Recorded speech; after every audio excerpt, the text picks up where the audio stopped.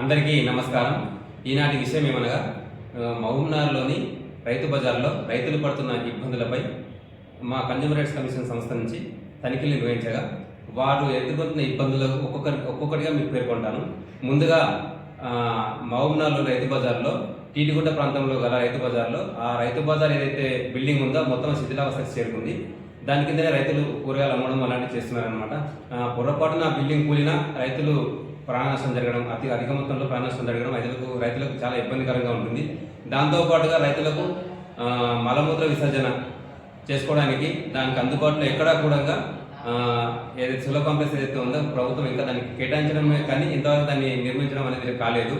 So రైతులు చాలా తీవ్ర ఇబ్బందులకు గురవుతున్నారు. దాంతోపాటుగా టీటీగుట్ట నుంచి మన ఓల్డ్ బస్ స్టాండ్ వెళ్ళే రూట్లో రైతులు రోడ్డుకు ఇరువైపులా గంపలలో కూరగాయలు పెట్టుకొని అమ్ముకోవడము వారి యొక్క జీవనోపాధి అదే కాబట్టి ఆ విధంగా అమ్ముకోవడం జరుగుతుంది. అయితే ఆ విధంగా అమ్ముకోవడం వల్ల ట్రాఫిక్ జామ్ అయి అదే రూట్లో చాలా రకాలుగా యాక్సిడెంట్లు కూడా జరుగుతున్నాయి. అక్కడ కూడా దెబ్బలు తాగడం కానీ ప్రాణ నష్టం జరగడం కానీ జరుగుతుంది. కాబట్టి ఈ విషయంపై మేము కన్జ్యూమర్ రైట్స్ కమిషన్ సంస్థ నుంచి టీమ్గా ఏర్పడి ఆ మొత్తం ఏదైతే ఉందో ప్రాంతంలో మొత్తం తనిఖీలు నిర్వహించేసి వ్యవసాయదారులతో అడిగి తెలుసుకున్నాం అనమాట. ఎలా అయితే మీకు మంచి జరుగుతుంది ఏంటనేది. అయితే ఆల్రెడీ గతంలో ప్రభుత్వము వీరి కొత్త బిల్డింగ్ శాంక్షన్ అయింది, కొత్త బిల్డింగ్ కంప్లీట్ కాలేదు ఇంకా. రెండవది ఏంటంటే ఉన్న బిల్డింగ్ శిథిలావస్థలో ఉంది, ఆ బిల్డింగ్ మొత్తం కూలే పొజిషన్లో ఉంది, దాని కిందనే కూరగాయలు అమ్ముతున్నారు. అలాగే అక్కడ ఏదైతే ఇంకొకటి ఏమవుతుందంటే వ్యవసాయదారులతో డైరెక్ట్గా నేరుగా మధ్యవర్తులు అంటే దళారులు వాళ్ళ దగ్గర ఉన్న కూరగాయలు తీసుకొని వాళ్ళకు సరైన రేట్ ఇవ్వకుండా తక్కువ రేటుకు వాళ్ళ దగ్గర కూరగాయలు తీసుకొని వీళ్ళు మార్కెట్లో వచ్చి ఎక్కువ రేటుకు విక్రయించడం కానీ ఇలాంటివి జరుగుతున్నాయి అనే విషయాలు రైతుదారులు మాతో నేరుగా చెప్పడం జరిగింది. కాబట్టి సంబంధిత అధికారులకు అంటే మన మహబూబ్నగర్ జిల్లా మున్సిపల్ అధికారి గారికి మేము మా సంస్థ నుంచి ఒక వినతి పత్రం ఇవ్వడం జరిగింది.